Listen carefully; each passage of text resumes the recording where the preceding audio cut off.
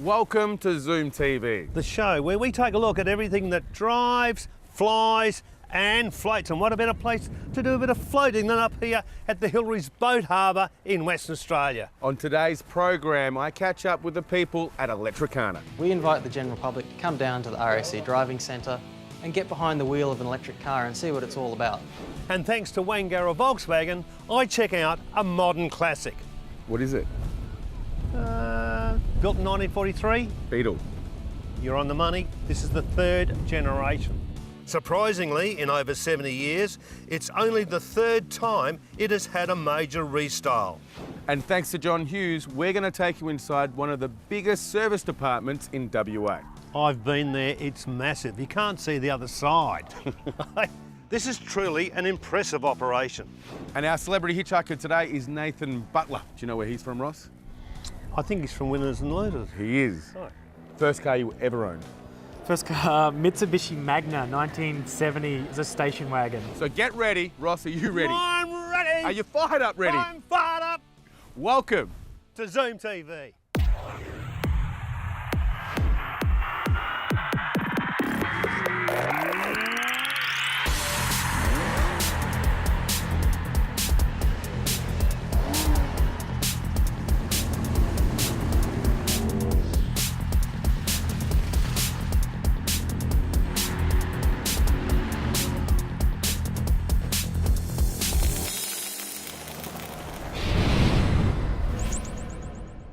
In Australia over the years, there's been one manufacturer that's had many ups and downs. In the late 50s, you had to line up to buy one of their vehicles because they were known to handle the Australian conditions. There were dealerships in all small country towns. But in the 60s, sales slowed and dealerships disappeared. But like all good things, that manufacturer is back and back with a vengeance, and that of course is Volkswagen. With a quality range of vehicles, such as the award-winning Golf and the great Amarok, just to name a few, VW has made a mighty comeback. Today we're going to take a look at their latest offering, the model that started the brand way back in 1943. The Beetle, also known as the Bug, and the latest one is called the 21st Century Beetle. Surprisingly, in over 70 years, it's only the third time it has had a major restyle. The all-new Beetle still holds a unique shape, but now more modern. Well, when I was a young bloke, I used to work on these. Engines were in the back, of course. I could take an engine out, have it on the engine stand within 15 minutes. How things have changed.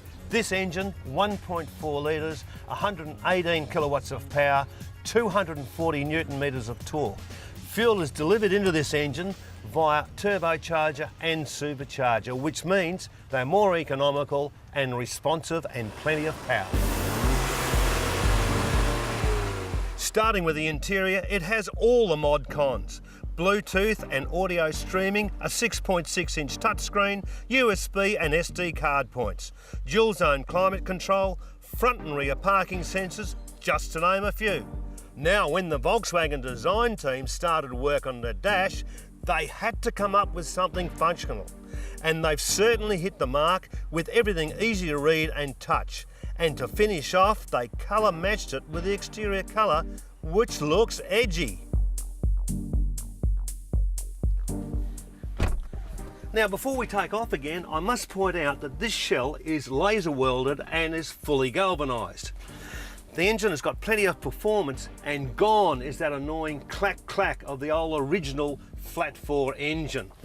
The chassis is well balanced, and I have found that tipping in and out of corners, the Bug takes it in its stride. As far as the brakes go, they're spot on. The 21st Century Beetle is certainly chalk and cheese from any previous model. With a 5-star safety rating, 4 airbags, brake assist, stability control and ABS.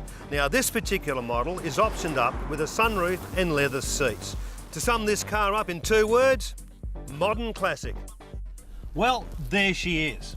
Why don't you go and have a talk to the Volkswagen experts up there at Wangara Volkswagen, and they can fill you in on the finer details of this, the 3rd generation Beetle.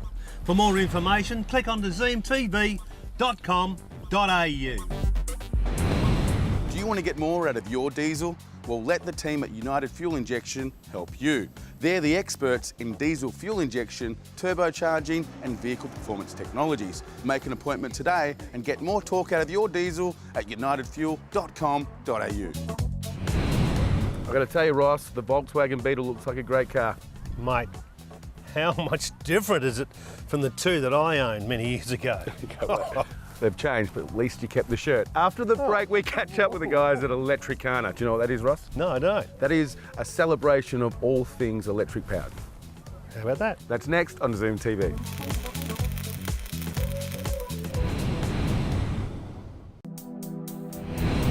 Imagine a motor vehicle that needs not one drop of fuel. Sounds pretty far-fetched, doesn't it? Well, major manufacturers like Mitsubishi, Nissan, Holden and Toyota are investing in hybrid and full electric vehicles, and they're available right now. Now, you could think they've only been available for a few years. Well, since 1973, the Australian Electric Vehicle Association have been tinkering and converting petrol cars into full electric vehicles. Chris, how are you, mate? I'm well. Now, you're one of the leaders of the Australian Electric Vehicle Association that tinkers and transforms petrol cars into electric cars. Now, we've come here today and I've seen some amazing transformations. Tell us a little bit more about the club. Okay, so the AEVA was set up in 1973 in response to the fuel shocks that were happening. There was a push to develop electric vehicle technology because that didn't rely on importing foreign oil. And so ever since 1973, we've been committed to promoting and encouraging electric vehicles for private and public use. Now, Chris, thanks for having us down to your educational day. I've learned a lot from it, but what is the event all about? Okay, so Electricana is the annual event that the Perth branch of the AEVA hosts. And it's really a public drive day. We invite the general public to come down to the RAC driving centre and get behind the wheel of an electric car and see what it's all about. Now, Chris, I've been very surprised today. I'm glad I came. I've seen an old Mustang converted to full electric. I've seen a BMW, an old BMW converted to full electric, motorbikes, scooters, pedal bikes even converted to full electric vehicles. Why has the uptake in the general public been so slow? I think generally electric vehicles are a bit more expensive than a petrol-powered equivalent vehicle, but what we would like to encourage people to think about is the ongoing running costs of an electric vehicle are significantly lower than that of a petrol vehicle.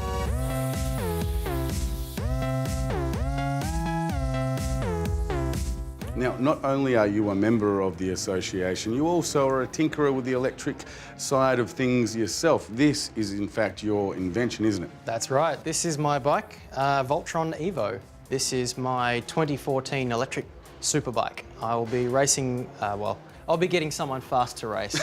Not me. The rear end of the bike is from a Ducati Supersport 900, and the front end is from a GSXR 1000. The fairings are from a Kawasaki. But there is nothing unique about all of those things. It's the motor inside it that's actually the real weapon here. Okay, Chris, talk me through the weapon. Okay, this motor is a 150 kilowatt peak AC synchronous motor. So that's about 210 horsepower. We've got 400 Newton meters of torque available at any instant. What kind of charge would you need to invest into it, and how long would that power last for? It would take about 2 hours to charge it fully. And at race pace, I'd probably finish it in about 15 minutes. Wow, wow. I wish you luck on this, and I'd love to catch up with you after the race and just see how you went. Absolutely. Now, if people want to get involved in your association, what do they do? I'd strongly recommend they get to aeva.asn.au, and you can find out where your local branches are. You can arrange to get along to a meeting. We've also got a forum. Awesome. Well, good luck on your journey to find a better solution to the petrol car. Thank you. Looking for something fun to do involving things that fly, drive and float? Well, listen up. If you're a fan of American Grunt with the GMC badge, then head down to the General Motors Owners Day at Steel Blue Oval in Perth this November. It's on Sunday the 16th and will feature over 400 General Motors vehicles dating back to the early 1900s. Plus, all profits raised on the day go to the Association for the Advancement of Brain-Injured Children. It all kicks off at 9 a.m. If you're more a fan of two-wheeled machines, then on Sunday the 16th of November, the Ducati Owners Club of WA will be holding a very special event. Italian bikes of all makes and eras will be on display, from 1946 mopeds right up to the latest 200 horsepower rockets, and it's all happening at Whiteman Park in Perth, WA. When it comes to extreme speed records, there is one name that stands out as being a pioneer, Donald Campbell. And on Saturday, the 22nd of November, you'll get to relive his incredible Worldland speed records in Barmera, South Australia. Come down to the 50th anniversary dinner and guest speaker event at the Barmera Hotel in South Australia to reminisce on a true adventurer of speed. Starts at 6:30 p.m. So that's what's happening with things that fly, drive and float. Now, if you've got an event coming up, go to our website, zoomtv.com.au, click on the events page, tell us about it, we'll give it a plug, we might even come along. Check this out, the boys having a bit of trouble against the wind. Well, after the break, Aaron will check out the new Toyota Land Cruiser Sahara, courtesy of City Toyota.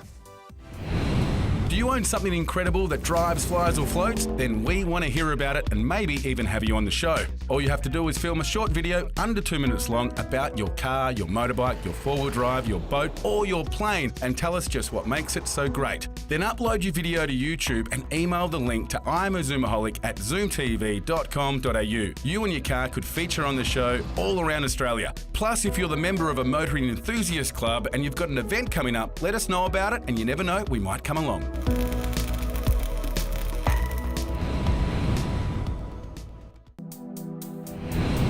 If you've ever been up north or down south or to the middle of Australia, you'll notice that the car of choice is the good old Toyota Land Cruiser. Now that should tell you they can handle the rough stuff. It also tells me they're reliable and they're not going to let you down because country folk, they don't compromise. The original Toyota Land Cruiser, or Landy as it's affectionately known by fans, first put a tyre in Australia in 1958. That's 25 years after the brand was started. It was originally imported to Australia to help with the Snowy River hydro scheme.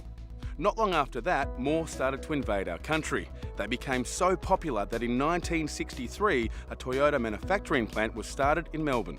From that day on, the Toyota Land Cruiser got its citizenship and would forevermore be known as an Aussie. And so it should be, as it was Australia that made it tough, it was the Aussies that took it to places that truly tested its abilities, and it was us Aussies that gave it the best piece of bling a tough car could ever want, the bull bar mounted rod holder. Wayne, how are you, mate? Aaron, good. The new 200 series, you're a fan because you drive one every day. What do you love about it? Aaron, I drive it every day because I love it because it's a big car and I feel like I've got a great lounge suite that I'm sitting in while I'm cruising along. But it's the king of the road for Toyota. It's the top of the range and there's some great new features. Whilst keeping the traditional off-road features, they've created a lot of comfort with a new car. So we've got reverse sensors, front sensors, we've got cameras views all round the car. We've got a great tailgate lifter as well, so that's all automatic now, so no more straining to shut that back boot. And we've also got heated and cooling seats. That's my favourite. You need the cooling seats in weather like this, don't you? Correct, yeah. Now, with a car like this, it's fair to say that I suppose the female generation don't really like to drive it that much because it is a big car, but with all those features, it's got to make it easy to drive. I'll tell you what, it's a lot easier now. It's also, there's seat memories, positions as well. So there's 3 positions we can set. So I've got my position, my wife's got her position, and the third person can have their position as well. So they can get in, press a button, and that seat will get them up, and it makes it really easy to drive. Damn, what a car. The Sahara is the top of the range in the 200 series. So if you're a fan of the Landy, but don't want all the luxury and bling, there are 3 other options you can choose from: the GX, the VX, and the popular GXL. So if you're someone who is looking for pull-in power, genuine off-road capabilities, and heaps of room, but you're not willing to sacrifice on luxury, the king of the road is the car for you. To find out more, head to citytoyota.net.au or follow the links from ZoomTV. Every time you change your car, whether you buy new or used, costs keep on going up. And that goes for servicing as well. Most people that go in to get their car serviced feel like it's a trip to the dentist. Ooh, will it hurt? How much will it cost? And will I be put in a bad mood? Well, I'll give you the tip. If you come in here, you won't be in a bad mood. This operation is owned by John Hughes, one of Australia's largest car dealers. Now, he has built his reputation on service. And in fact, so much so, he has just spent $11 million on this operation, and this is just one of 3 service centres that he operates. John Hughes knows that good service and presentation leads to repeat sales of motor vehicles.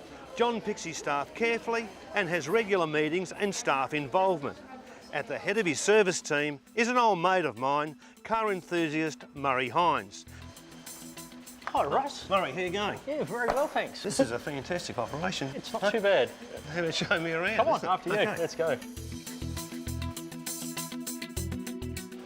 This is fantastic. Now, your boss has been in the game for 43 years, but you're not far behind him. Not far at all. 30 years at the moment, Ross, with John Hughes Group, and I've seen the commitment to customer service continually grow.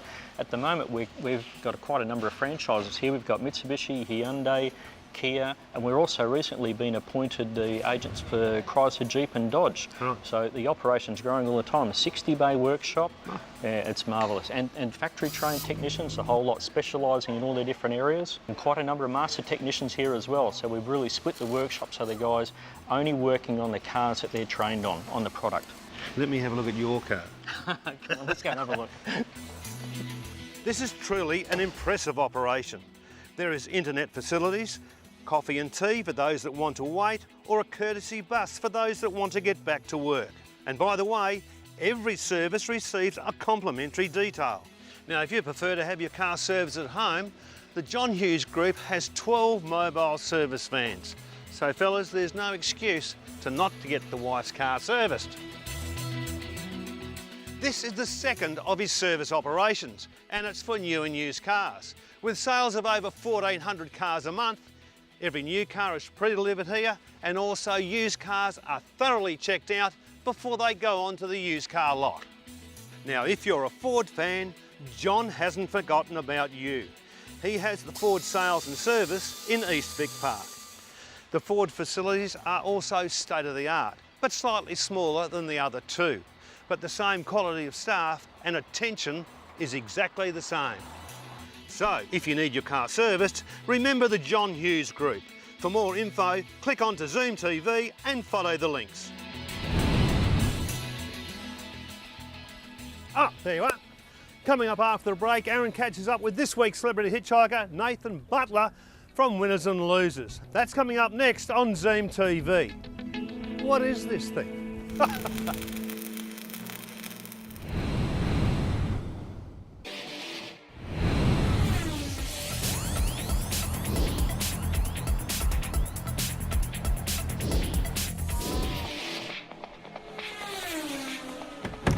Welcome back to Zoom TV. You're in time to catch up with me and my celebrity hitchhiker, who today is Nathan Butler from Winners and Losers. Mate, how are you? I'm good. How are you? Always say hello and greet a man as experienced actor as what you are.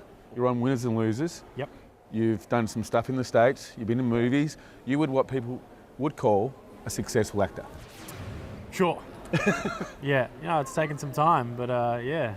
So share the story. How did it all start and how did you end up where you are now? It started out, I grew up on a cattle property in far north Queensland, and I went to boarding school in Townsville, and I just had a drama teacher who told me I should audition for NIDA, and I did and got in when I was 17, and that was it. That kind of decided my career path for me, and from there just started getting bit parts in Australia and eventually moved to America, landed a role in General Hospital, and then just come over on to Winners and Losers. Okay, so let's get on to what you're doing now. Winners and Losers, Yep. One of the most popular shows on the 7 Network.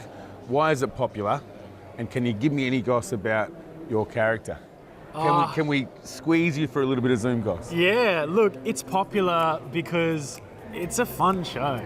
It's a dramedy. The girls are amazing to work with. Yep. And we just have a great time, And it was a suspenseful end to this season.